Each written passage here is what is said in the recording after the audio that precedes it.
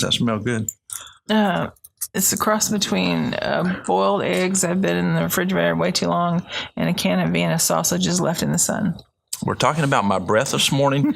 That is the topic. Okay, she's already described this very well.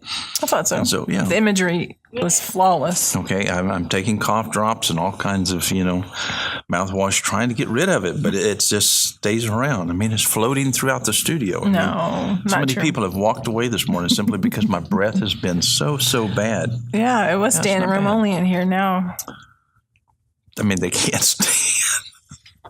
Can't sit. I mean, we even invited people with, a plethora of choices of food product, and they don't want to even stay in here with a good bagel with cream cheese. I did see somebody take a to-go box, so that was nice.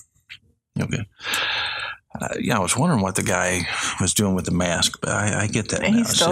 It's my teeth. Okay, my breath. Okay, I'm trying to make my yellow teeth white again. Okay, you know what? This is difficult. Let's concentrate on the show. I am concentrating, but I drink a lot of tea, and so I could call it any excuse is good as tea teeth. Tea. Yeah, there you go. Let's go. You're up to bat. Go for it. I thought you were going to do 5, 4, 3, 2, 1 for Jack. Oh, Jack, have you not started? No, I'm not. Okay, 5, 4, 3, 2, 1. All of a sudden, I forgot to tell Jack that the show was starting. So why don't you start this show? Okay, well, welcome to This Versus That. We have a good time on this show, that's for certain. Today we are going to talk a little bit about a show that we really want to delve into. Back in 1993, I was working for the federal government. And when you get a paycheck from the federal government, usually you are loyal to the federal government. So, praise be. Yeah. But when Waco happened, I was certainly, anti brainwashing cults, pro government. And I think I have stood on the wrong side of this issue for all these years. You mean to tell me that Ruby Ridge didn't concern you at that time? Somehow that one passed me on by. Pass me not, O gentle Savior. Yeah, that one. Yeah. Daryl could sing that song. But it was Waco that really... we could call it Waco. We're talking about David... Koresh. I mean, yeah, you have to get the... Yeah, he told the sheriff... the sheriff was saying, how do you... Or the hostage negotiator. Right. How do I pronounce your name? And he said, have you ever seen... someone dying? And the guy said, of course I have. And he said, the end of my name is just like somebody expelling their last breath, and Koresh. And that was really really heavy, you know what I'm saying? Okay, Jack is waving at us. We're going to just continue. You're going to cut our heads off? I think Daryl's making breakfast. Sure.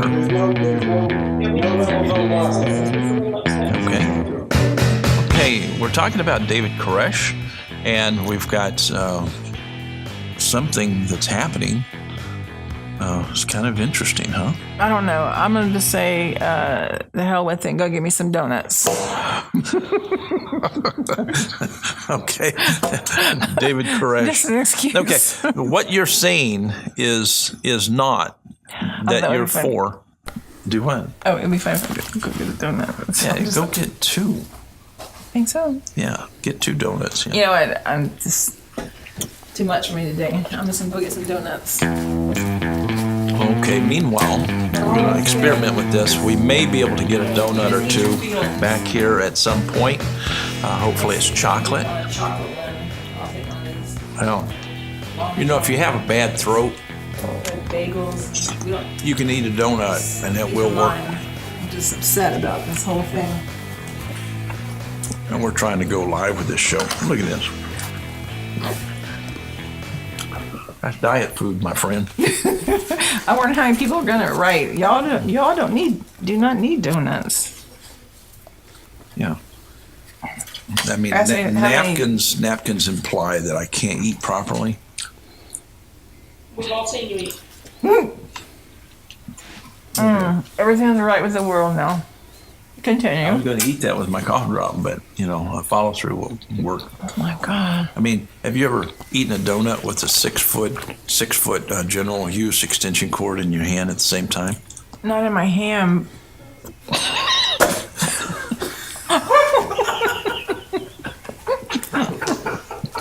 That's good. Oh, I got Damn. a burn marker. I feel sorry for the camera guys because by the time we get finished with this show, we'd have eaten all the donuts. This is for energy. It works. Do you see how depressed we are that we're not live? Oh. When I'm eating, you can hear my jaws pop. But That means it's good. I really never had any sympathy for the Waco people that much. They didn't have Bavarian cream like this. You know what I'm saying? Oh, boy. I mean, Bavarian cream. You're going to force me to eat another one. Oh, my God, Daryl. Man, we're talking about food product here.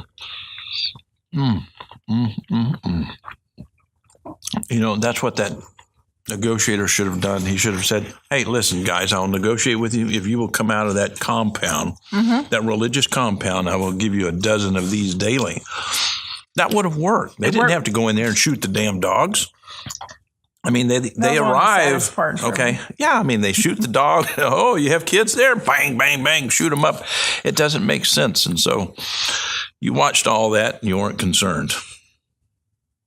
Well, also working for the government. I mean, I'm sorry. People that work for the government, they're busy people.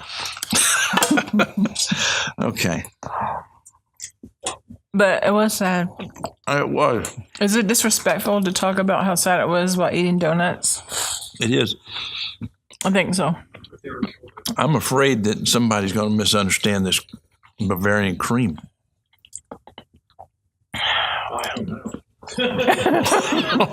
Not until now.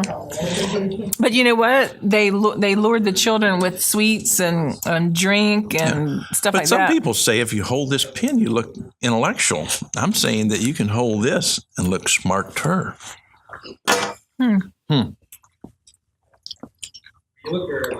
Okay. We're doing this show and we're very, very serious about this subject because we were crying in tears last night as we were watching all these episodes. We're talking about the movie. We're talking about the documentary. We're talking about a guy who claimed not to be the Messiah in the sense of what Christianity markets, but we're talking about a guy who actually claims that if you have a loved one who's going through any kind of suffering, they are a Messiah for that individual. The man said he was the lamb. He was the lamb, but how did he spin lamb? I'm not defending David at all. But when you say that, it makes people think. Okay, but the Davidians... You're trying to defend. Okay, the Branch Davidians had a particular theology, and it certainly wasn't something that ever entered the mind's eye of these negotiators. They were abysmally ignorant when it came to culture here. And so we're talking about, we have a lot of Rambos, they just want to bust the doors down, and they like doing that kind of crap. And so they had an opportunity every day because he would run out to the gate. They could have grabbed him, and it wouldn't have been that big of an event, but they were afraid of the media because, the media may say, what are you doing? But they were too afraid of the media. So they wanted to give the media maybe one vantage point far, far away on a hill, stood that old rugged cross type thing. And so they went in and they provided the blood. They provided all the shooting, all the anguish and all the pain to all of those children. I mean, who plays music to torture people day in and day out like they did to those children. I'm not concerned about David Koresh. I'm concerned about those little kids who were actually in that building. I will say Nancy Sinatra's These Boots Are Made for Walking is a very good song. That's a good song, but the implication of why they were doing this was just to drive them crazy. You're going to take away their food. You're going to take away their water. You're going to take away everything that they have. I know. So these kids are suffering. And who does that besides Yahweh? Well, who lets their children suffer like that? We can find it in the Old Testament many times. I'm talking about nowadays, 1993. I mean, David Koresh was planning for some type of a war in his mind because he believed the fifth seal was a very violent. But was he any different than, let's say, most Protestants who believe that either you're going to be raptured out of here and Jesus is not coming back to kiss ass this time, he's coming back to kick ass. In other words, he's coming back and there's going to be a lot of people slaughtered, possibly a third of all of the human beings here on earth. He's not going to do this with water any longer. He's going to do it with fire. And so is that in the Bible? How many people go to a goddamn church and they worship sweet Jesus in that sense? And so they're looking for a kick-ass Jesus. And so this guy, he's marketing, oh, yes, fire is very, very useful and good when it comes to the end coming, because if you haven't chosen Jesus as your Lord and Savior, that's on you. Well, but I don't think like that. And these people are supposed to be dispassionate when it comes to these kinds of things. And so it should not have been a big deal simply to go out there and say, David, you're taking advantage of these young ladies, and so you're arrested. It would have been that simple. But they didn't try to do that. He was always running, always available, but they did not approach him and do that. They could have. Yeah, I have no idea what led them to have such a show of force. Helicopters. I mean, now, Daryl, we just blame everything on Daryl because he lives in Texas. So, Daryl, well, what are your memories about Waco? I mean, let me see if I can bring in Daryl. I think Jack's having a problem back in the back, and I'm going to get another donut. Would you like one? No, thank you. 2? No. 3? I'm about to puke right now. Okay, keep it going. Well, honestly, I feel bad because I really didn't have very much sympathy for this group. And after watching the documentary and the movie and reading some things, none of it made sense to me. But they proved that the last day of the siege, which was 51 days, the medical examiner said that the agents did not fire any bullets, and the people in there died of bullet wounds. All the kids had bullet wounds in their head. David Koresh had a bullet wound, and then they are assuming that his close friend and confidant, Steve, shot him in the head, then committed suicide. They say a 3-year-old was stabbed in the chest. And obviously, it would have to be mercy killings instead of being just burn up. And that's why when people believe in hell, that's horrible to die. In hell, you don't even die. You just get tortured and tortured and tortured. And these people at least had some compassion to put an end to these young lives before they were burned to death, which I might say was a fire, I believe, that was started by the Branch Davidians. But my God, and as a mother, you will send your children out thinking that you'll never see them again, but you're going to stay. Bad choices. Bad choices obviously lead to bad results. Okay, there here we go. God almighty. Don't you like how I floated that? I mean, that's wonderful. Okay, here's something that I would like to say. I'm pro the FBI. I'm pro government. I'm pro law enforcement. I'm pro-military, but I'm not pro the Rambo mentality. When people become these authoritarians in our lives who think that it's all about violence, we can settle violence with violence, and that's an old narrative. If we look at mimetic theory, it never plays out to the best interest of human beings. And we should be interested in humanity. And if people in law enforcement don't study, let's say, mimetic theory, I don't think they need to be in law enforcement, because this is where they're failing. It's not just about religious narrative. No. It's about people who just want to say, they shouldn't be doing that. They should have an approach. But there's some grunts of these people are and there's sick. authority figures in the FBI, and the grunts are the ones that get killed. But that's doing what but that's, these okay, but bosses tell them to do. That was my point about the Vietnam War. It was the people in the Pentagon who should have gotten their butt shot off. But see, we send our kids, we send our young men and women in uniform to Vietnam for what reason? 80,000+ or 60,000+ people die for what? Yeah. For nothing. And so it doesn't make any sense. And so I'm not for this mindset of, oh, yes, we know how to settle this. Janet Reno knew that there were negotiators there who were sufficient to get him out without bloodshed. Right, but they held quite a few things back from Janet Reno. She's not my favorite character in this, but according to the documentary, she was sort of kept in the dark about some of these, what you call Rambo-like tactics. Well, I don't think she was kept in the dark when it came to how many kids were in this compound. Well, sure. I don't think that she was kept in the dark when it came to tanks ramming the place for some 8 to 9 hours. I mean, can you imagine being in a home and someone has you, held hostage in there, and then you see all these tanks pushing the walls down, and they almost killed people, if I'm not mistaken. And so they take these canisters and they just start shooting in there. They don't know where these children are. So who does that? Who takes tanks and batters homes and shoots all kinds of gas that make you choke to death? Who does that to kids? And that's my point. My point is, you have 20 or 30 or 40 children in a place. If you don't think that you're abusing and going crazy with this. I mean, these law enforcement officers, and I'm talking about the Rambo guys, the guys at the top, the ones doing the leading, they should be in jail.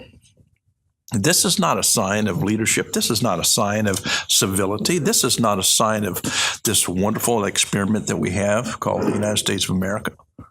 That's a sign of lunacy. It's a sign of weakness. This is a sign of our craziness. And so that's where I'm at. And it upset me back then simply because many, many pastors were trying to go to the law enforcement people in charge. They would not listen to them. And those guys could have negotiated with David theologically because this guy wanted a voice. And they could have taken advantage of that. And I'm thankful for the theologians in this context because they could have taken him out. That's what Jesus did. Jesus didn't pick up arms. We should learn a lot about Jesus because he didn't form an army to go against Judaism. He just took a message.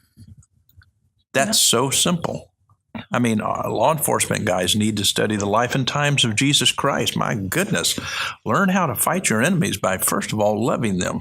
Be compassionate, not, these guys, I'll cut their throat. That's sick. And so that's my 2 cents. Can Daryl hear us now? Daryl. I think he can. Hello, Daryl. I don't think Daryl can hear you, but you can hear him. Okay. We're having a problem right now in this. Yeah.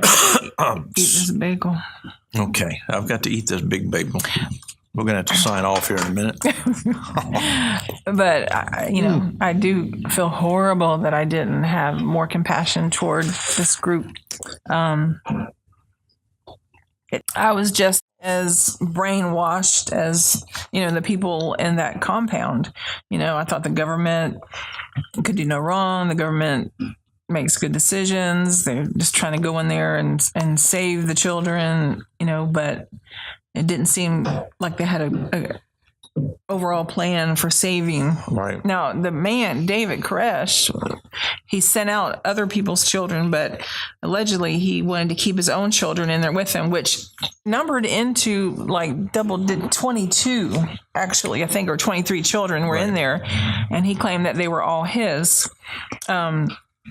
A lot of them, and this is so weird, whenever a couple would come and join the Branch Davidians, he would automatically annul their marriages, okay? And so then he would take up with the wife. They would have children. So 23 is probably a conservative number, don't you think?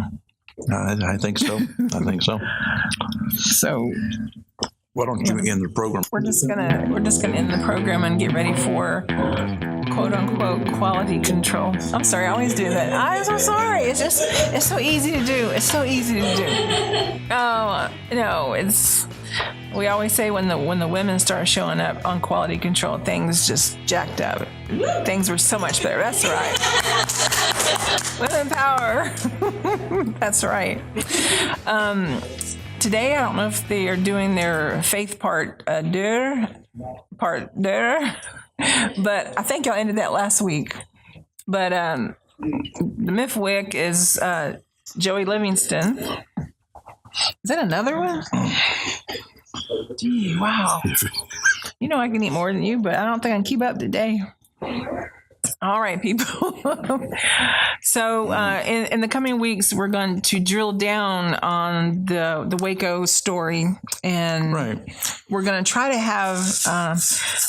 to get some theologians that were involved. And this is not even a promise, but that wanted to kind of bond with him over these 7 seals. We don't have a lot of professionals, I don't know, or scholars that are well versed in this apocalyptic. Shut up. Apocalyptic. I love that. The apocalypse business, or the scrolls, or the nightstands, or the candle stands. Here's the deal. I think if we could bring theologians on who could tease out the language in a manner that would give a conversation, because there are so many people in these cults. And I think that if we are to do anything good today, we can help set some people free, simply because if you look at the language of the book of Revelation, it's intentionally ambiguous. And so you're going to read into it what you want. And if you can work with people and get them to see some of that, they won't be so, let's say, dogmatic about their belief set, simply because or mystified by it. Yeah, because it's, in a sense, it's like reading abstract art. Interpreting that book, when people talk about interpreting, it's very much based upon a failed meta-language when people do that. But when you look at the Greek alone and try to interpret it, it's like looking at a mess. It's much like an abjad, but it's in Greek, but it's not without without vowel points. My point is, it does, the vowels are wonderful there, but the writing of the book of Revelation appears to be the writing of someone who didn't know Greek. And so this person is uptight, possibly just trying to rant. And they are like they're losing their mind or something, possibly. Right. And so crazy. We're talking about a person that this isn't a first. Might be in other words, if I asked you to write something in Greek, and you can write Greek, but you would have a difficult time writing something that would be coherent. Okay. True. So my point is, if you wrote something in Greek, and you wrote it about, let's say, an event here in Pensacola that was happening, and you wanted to get everyone there, and you wrote it quickly in Greek, it would probably turn out much like the book of Revelation. Sure. And so that's my point. My point is not to disparage the book, but to understand what we have and what we don't have. And so when you understand what we have, I think people, when they are challenged, that is eisegetically, that is, you're reading something into it rather than just taking what's there. That's why exegesis is the best approach. Let's just deal with what's there and take out. I think people will go along with that. Do you have a big lump of bagel in your mouth? Okay, look like a chaw. I saw a squirrel the other day. He was saving some. Thought I would save some of this for later. Would. Yeah, I would. That's our lunch. You were complaining about my breath earlier. I thought this might help. That would be wonderful. No, not true. I can wipe my teeth with this this cream cheese. You see that? That works. You see how bright my teeth are? I'm with Weirdo. Okay, it works well. But also, it would be nice to be able to get some of the officers who were involved in that, because we want to hear their heart. They have a different vantage point on this. Sure. And I think that one of the negotiators actually wrote a book. I'd like to have him on as well. And I think these are wonderful people, but sometimes we get confused as hell. Yeah. Yeah. So with that said, we're out of here. We're out of here. Something like that. See you next week. Let's eat. You. Thank you. Now, did she knock a home run with that comment? Yeah. But I mean, that was good.